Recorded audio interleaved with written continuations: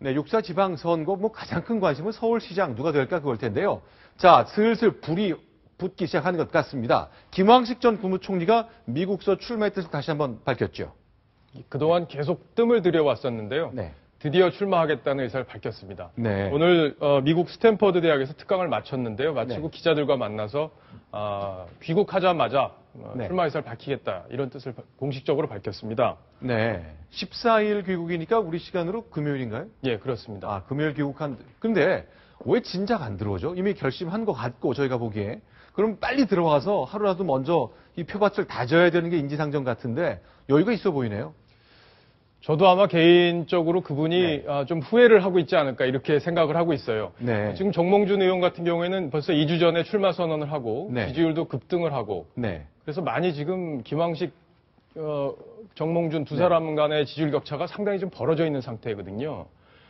선거를 좀 열심히 해서 이걸 뒤집을 수 있다면 모르겠는데 네. 네. 지금 사실 격차가 많이 벌어져 있는 상황이라 마음이 좀 답답할 것 같습니다. 자, 그런데 이제 김황식 캠프란 단어가 아직 나오지도 않았지만 현재 이제 슬슬 분위기가 나는 걸 이제 기자들이 취재해 보니까 중요한 인물이 등장하는 것 같아요. 이성헌 전 국회의원. 그분이 팀장 역할을 한다면서요. 그분이 왜 중요한 겁니까? 이분은 그 2007년 네. 대선 후보 경선, 한나라당 대선 후보 경선 때 박근혜 당시 후보 진영의 조직을 총괄했던 사람입니다. 네. 재선 의원이고요. 서울 서대문에서 지금 지역구를 갖고 있습니다. 네. 계속 조직을 운영했던 사람이기 때문에 네. 그동안 김황식 의원에 대한 지지세가 친박 핵심에서 나왔다 이렇게 얘기들이 나오지 않았습니까? 그렇죠. 그러다 보니까 친박 핵심이 김황식 전 총리를 돕는 것 아니냐 이런 관측이 이성헌 전 의원을 통해서 나올 수 있게 된 것이죠. 자, 대통령 비서실장이라는 저 표현은 대통령이 당대표 시절에 비서실장 했다. 그 얘기죠.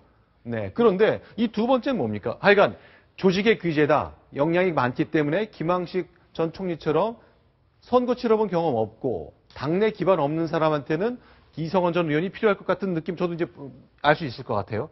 전남 커넥션이라는 거 이건 뭔가요?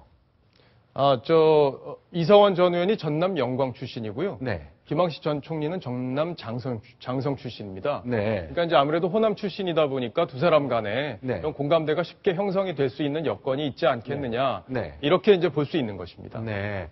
그런데 이제 호남 출신 서울시장 후보가 새누리당에서 나온다. 뭐 표가 호남층 지지층을 많이 끌어들일 수 있다. 그러니 앞으로 많이 올라갈 것이다라는 전망을 이 캠프에서 내놓고 있는 것 같더라고요. 실제 그런가요?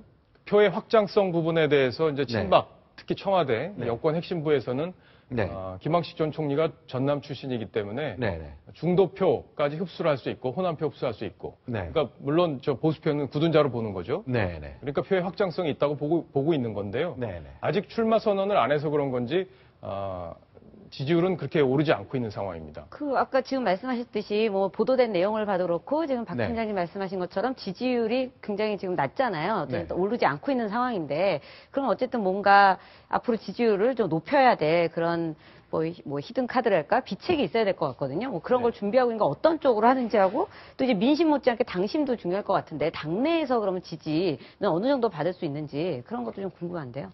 사실 그 전까지만 해도 여론은 정몽준 의원이 좋았고요. 네. 또 당심은 김황식 전 총리가 좀 우세하다 이런 얘기들이 나왔었어요. 왜 그랬냐면 청와대와 여권 핵심부에서 김황식 전 총리를 지원할 경우에는 결국엔 지원한다는 건 조직을 밀어주는 거 아닙니까? 그러니까 조직을 밀어줄 경우에는 지금 새누리당의 광역단체장 후보 경선 룰을 보면 민심이 50%, 또 당심이 50% 이렇게 구성이 되어 있습니다. 그러다 보니까 당심 50%에서 부족한 여론 지지율을 채워줄 수 있지 않겠느냐. 그렇게 되면 김황식 총리가 탄력을 받지 않겠냐 이렇게 예상을 했었는데요. 막상 경선을 본격적으로 앞두고 있는 상황에서 친박들이 그렇게 세게 움직이질 않고 있어요. 아, 그래요? 예. 이제 그 이유는 이해운 의원과 지금 네. 경선 출마를 선언한 이해운 전 의원과 정몽준 의원 측에서 줄기차게 김황식 전 총리와 여권 핵심부의 커넥션 이걸 문제 제기를 하지 않았습니까? 어저께 정몽준 의원 라디오 인터뷰 얘기 들어보니까 누가 누구하고 내통하고 있는지 밝혀라 뭐 이렇게 내통이라는 단어까지 썼더라고요. 그렇죠. 그 그럴 부분을 정도로. 집요하게 공격을 하는 겁니다. 당심이 움직이지 못하도록. 네. 그러다 보니까 친박 의원들, 친박 다른 조직들이 쉽게 김황식 전 총리 쪽으로 옮겨가지 못하고 있는 그런 상황이에요. 그러니까 조금이라도 빨리 나와서 선거를 뛰었어야 되는데 지금 네. 시간이 굉장히 아까운 그런 상황입니다. 그러면 이 박정원 팀장이 이제 깊숙하게 여권 내부 상황을 취재하고 있는데 보시기에 진짜로 김황식 전 국무총리가 친박의 내부의 도움을 받으면서 권유를 받아 출마한 게 그런 흐름이 보이나요?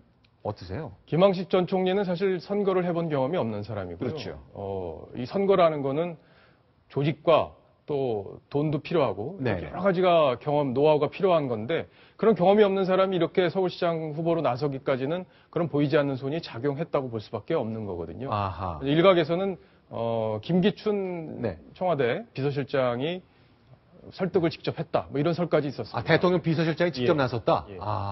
그렇군요. 설입니다만. 네, 설이죠. 예, 그런 얘기까지 나왔습니다. 얘기지만. 알겠습니다. 그런 이제 정몽준 의원 측의 견제구가 좀 먹히는 듯한 것이 지금의 새누리당 내부 경선 상황인데 저희가 지도를 한 장 준비했어요. 지금 딱 보시면은 한강이 표시 안 됐지만 서울시 지도입니다. 그런데 이제 서울 새누리당 경선 후보에는 지금 말씀드린 김황식, 정몽준 이외에 이해훈 최고위원이 도전장을 내놓고 있는 상태잖아요. 근데 약간 연대 분위기 같은 게 느껴집니까? 어떤 거죠? 연대까지라고 아직 얘기하기는 좀 어렵고요. 네. 경선 초반이기 때문에 이해훈 최고위원은 지금 여론 지지율에서 3위를 달리고 있습니다. 네네. 아무래도 두 후보에 비해서는 좀 처지고 있는 상황인데요. 네네. 자, 그럼 저희가 지도를 보여드린 이유가 이해훈 의원이 최근에 이사한 것이 뉴스가 됐다면서요. 예, 그렇습니다. 화면을 좀 잘 봐주세요. 저희가 영상을 준비했는데 이해훈 의원 지역구가 서초갑이었는데 이런 익스프레스 트럭을 타고 동작을로 이사를 최근에 갔어요. 이게 왜 정치적으로 의미가 있는 겁니까? 이해훈 최고위원은 서초갑에서 17대와 18대에 두 번 공천을 받아서 재선 의원을까지 했는데. 2004년, 2008년에 당선됐죠. 그렇죠. 네. 그런데 지난번 19대 때는 공천에서 탈락을 했습니다. 네. 그랬는데 이번에 이사를 가게 됐어요. 동작을로 갔습니다. 동작을은 누구 지역구입니까? 정몽준 의원 바로 지역구죠. 동작을 지역, 정몽준 의원 바로 붙어있는 지역구인데 그런데요. 동작을에서 만약에 정몽준 의원이 후보가 된다면 네. 의원직을 내놔야 됩니다. 후보만 돼도 의원직을 내놔야 돼요? 네, 그렇습니다. 아하. 그러니까 의원직을 내놔야 되면은 7월에 네. 재보궐선거가 저 지역에서 열리게 됩니다. 네. 그러면은 이해훈 의원이 그동안 정몽준 의원하고 굉장히 가까운 사이거든요. 그리고 두 사람이 지금 줄기차게 김황식 전 총리를 공격을 하고 있어요. 네. 친박의 지원을 받고 있는 그 포인트, 그 부분을 공격을 하고 있는데, 네. 저렇게 되면은 결국에는 이해훈 의원이 네. 나중에 정몽준 의원을 도와주면서 네. 본인은 사퇴하지 않겠느냐 이런 의혹들이 지금 제기되면서 미락설이 나오고 있는 겁니다. 네. 아니, 그럼 좀 궁금한 게, 그럼 동작을로 갔잖아요. 그럼 간다고 해서 공천을 그럼 받을 수 있느냐, 사실은. 네. 그리고 또 하나는 동작을 주민들 입장에서는 기분 나쁠 수도 있는 거잖아요. 뻔히 속보이게 이렇게 네. 이사를 왔는데, 그러면은 거기가 새누리당이 반드시 그러면 나오면 누구라도 승리할 수 있는 지역이냐, 그것도 좀 궁금해요. 유리한 지역인가요, 새누리당한테? 새누리당에게 유리한 지역이라고 볼 수는 없어요. 저희가 네. 원래 정동영 전 의원이 출마했다가 네. 그때 맞불로 정몽준 의원이 울산서 올라와서 예. 투입된 거죠. 그래서 승리를 한 지역이기 때문에 쉬운 선거구는 아닙니다. 다만 이해훈 최고위원이 지명도가 높고 네. 또 이제 지역구 선점 효과라는 게 있습니다. 네네. 내가 거기에 이사를 놨고 내가 신청을 할 예정이니까 다른 사람들 여기 관심 갖지 마라. 네. 찜한 거군요. 그렇죠. 일종의 선점 효과를 노린 것이라고 볼 수 있고요. 네. 이해훈 최고위원이 저 지역으로 이사를 간 이유는 그 아들이 상문고등학교, 방배동에 있는 상문고등학교로 배정이 됐는데 네. 아들이 너무 반포에서 통학하기가 멀기 때문에 네. 그쪽으로 이사를 간 거다 이렇게 해명을 하고 있습니다. 자, 이해훈 의원에 대해 전 의원이고 현직은 이제 최고위원이죠. 그런데 그러니까 기분 나쁠 것 같아요.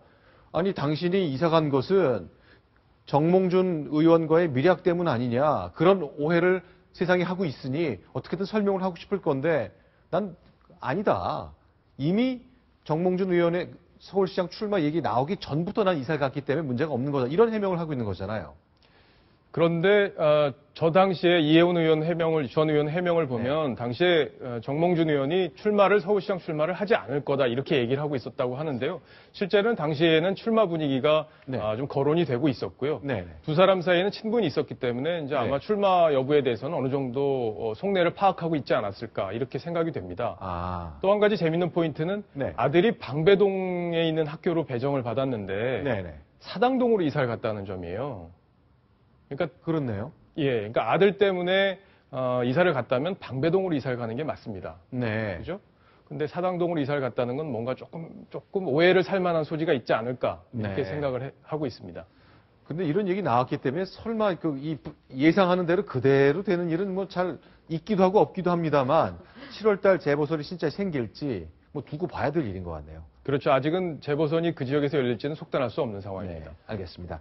자, 서울시장, 김항식 전 국무총리가 이번 금요일 귀국합니다. 곧바로 출마 선언할 것 같은데 뜨거운 경쟁 일단 새누리당 내에 벌어질 것 같고 더 큰 싸움이 6월 4일 날 남아 있습니다.